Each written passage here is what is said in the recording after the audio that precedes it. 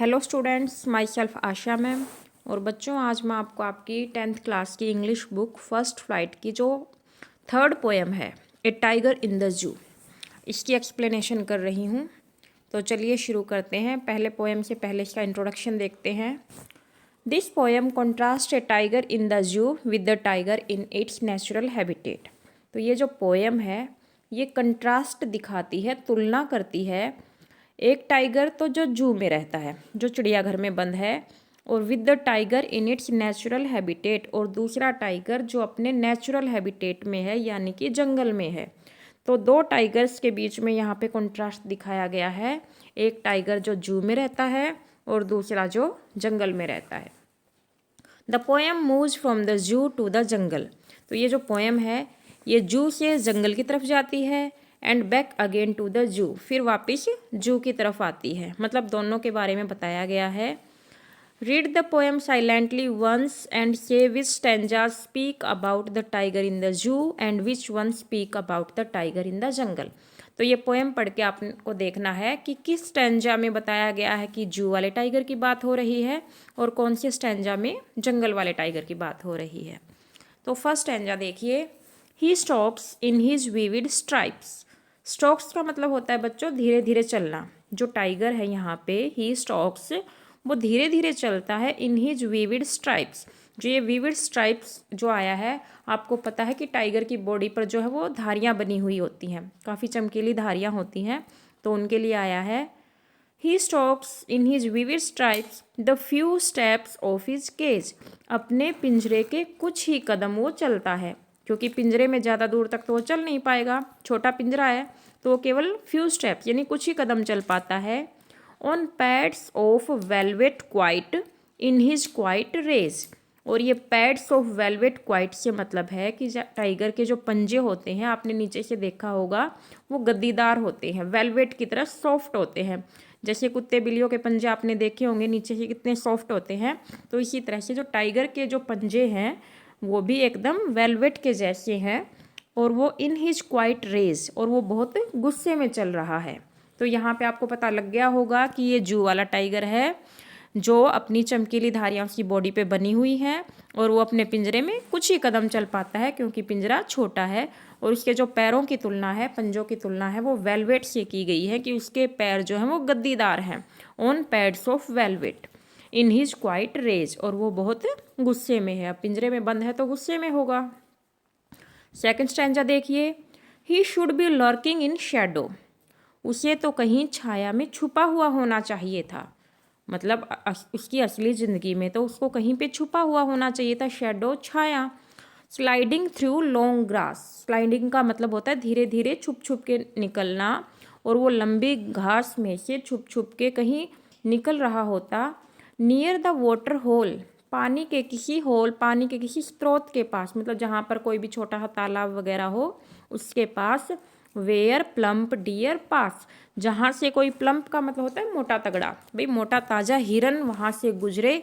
तो ये जो टाइगर की बात हो रही है ये जंगल वाला टाइगर है कि उसे तो कहीं छाया में छुपा होना चाहिए था, या लंबी लंबी घास में उसको धीरे धीरे सरकना चाहिए, क्योंकि वो अपने शिकार की तलाश में बैठा है। क्योंकि पानी, जो पानी का स्रोत है, कहीं पर भी कोई पौंड वगैरह है तो वहाँ छुप के बैठा है कि कोई भी प्लम्प डियर वहाँ आएगा, मोटा ताज़ा हिरन आएगा तो वो उसको शिकार कर लेगा।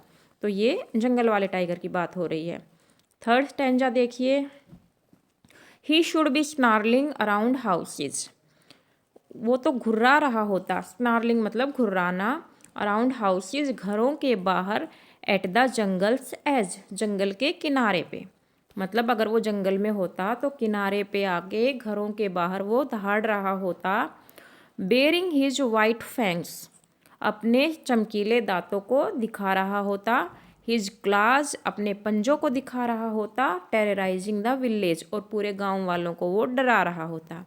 मतलब अगर वो जंगल में होता तो वो घरों के बाहर दहाड़ रहा होता जंगल के किनारे पर आकर के, और अपने वाइट फैंग्स, फैंग्स उसके दांतों के लिए आया है, अपने सफ़ेद दांतों को चमका रहा होता, दिखा रहा होता उनको, और अपने पंजों से गांव वालों को वो डरा रहा होता।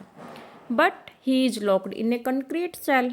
और अब बात आ गई जू वाले टाइगर की कि वो तो एक कंक्रीट वाली सेल में बंद है। सेल मतलब उसकी गुफा लगा लो, जो 3 तरफ से तो दीवार से बनी हुई है कंक्रीट सेल से, और एक तरफ उसकी सलाखें हैं। ही स्ट्रेंथ बिहाइंड बार्स, और उसकी जो ताकत है वो सलाखों के पीछे बंद है। अब ताकत तो है उसके अंदर, लेकिन क्योंकि वो वहाँ पे कैद है। Stalking the length of his cage, अपने पिंजरे की लंबाई जितनी भी है उसमें वो धीरे धीरे चल रहा है। इग्नोरिंग विजिटर्स, विजिटर्स को इग्नोर करते हुए, मतलब कोई भी अगर विजिटर वहाँ पे आ रहे हैं तो उनकी तरफ ध्यान भी नहीं देता। तो इसमें जू वाले टाइगर की बात हो गई है कि वो तो लॉक्ड है कंक्रीट सेल में। कंक्रीट मतलब जो सीमेंट से इससे बनी हुई है, ईंटों से बनी हुई है, उसकी जो गुफा है वो सेल है, जो उसकी जेल है। और उसकी ताकत जो है वो बिहाइंड बार्स, सलाखों के पीछे रह गई है, वो कुछ कर ही नहीं पाएगा अब। और वो अपने पिंजरे में धीरे धीरे चल रहा है। इग्नोरिंग विजिटर्स, विजिटर्स को इग्नोर करते हुए। लास्ट स्टैंजा देखिए, he hears the last voice at night, अब रात को वो आखिरी आवाज़ सुनता है। किसकी? द पेट्रोलिंग कार्स, वो गाड़ियाँ जो वहाँ पे पेट्रोलिंग यानी गश्त लगा रही हैं, जैसे पुलिस की गाड़ियाँ गश्त लगाती है ना, तो उन कारों की वो आवाज़ सुनता है। And stairs with his brilliant eyes, और अपनी चमकीली आंखों से घूर रहा है।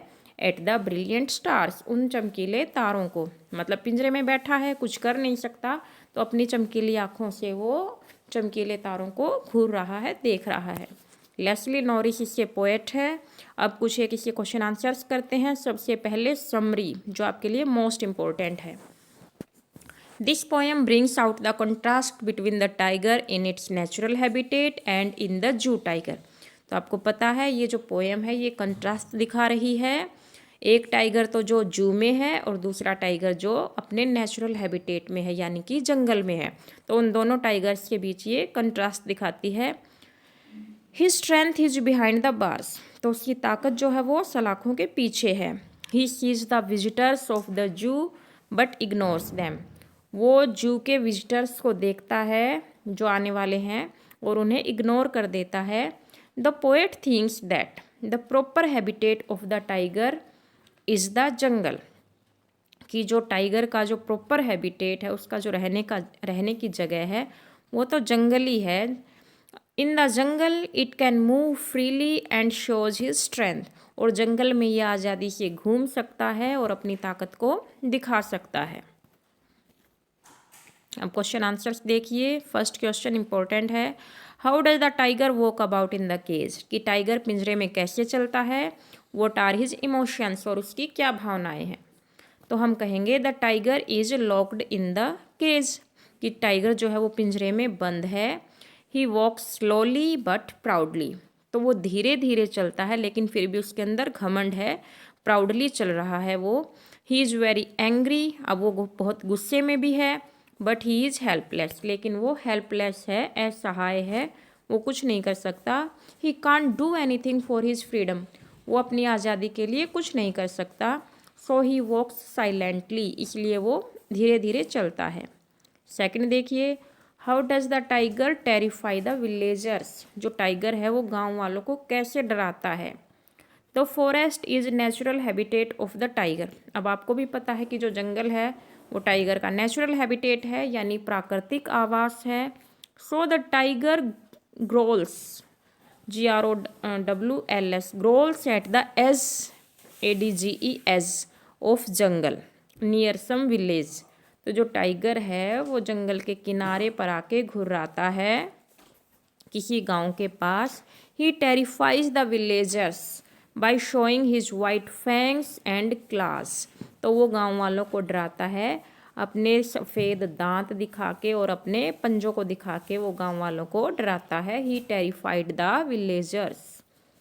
नेक्स्ट देखिए, how does the poet contrast the tiger in the cage with the tiger in the forest, ये वही दोबारा आ गया है कि टाइगर जो केज में है और जो जंगल में है उसमें पोएट कैसे कंट्रास्ट दिखाता है।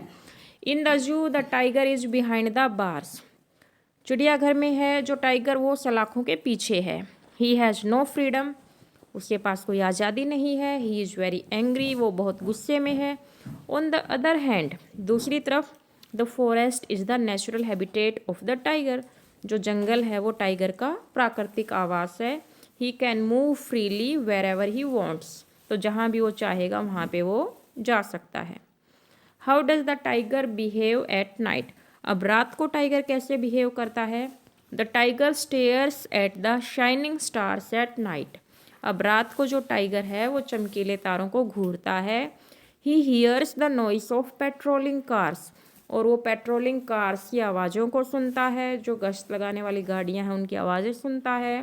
दिस नॉइस डिस्टर्ब्स हिम, और इस शोर से वो डिस्टर्ब होता है। अब लास्ट क्वेश्चन देखिए, what should the tiger be doing if you were in the जंगल, कि अगर टाइगर जंगल में होता तो वो क्या कर रहा होता। The tiger would be hiding in long grass, जो टाइगर है वो लंबी घास में छुपा हुआ होता।